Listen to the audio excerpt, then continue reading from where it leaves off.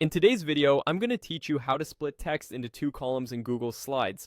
This quick workflow uses the tools already built into Slides, so you don't need any add-ons or special formatting.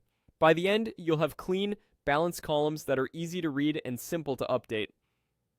Start by heading to Google Slides in your web browser. On the home page, look for the Recent Presentations section so you can quickly pick up where you left off. Click the presentation you want to work on, and it will open right away. Inside your slide, click the text box that contains the content you want to split into columns.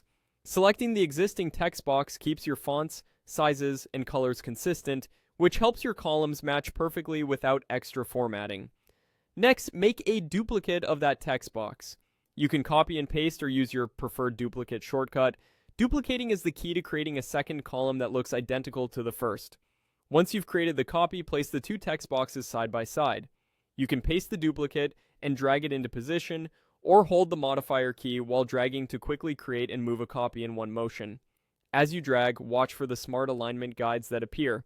These help you keep both boxes aligned and evenly spaced. Holding Shift while dragging keeps movement straight, which makes it easier to line things up.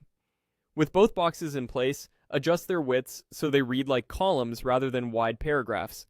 Narrower boxes improve readability and create that classic column layout. Now organize your content between the two boxes.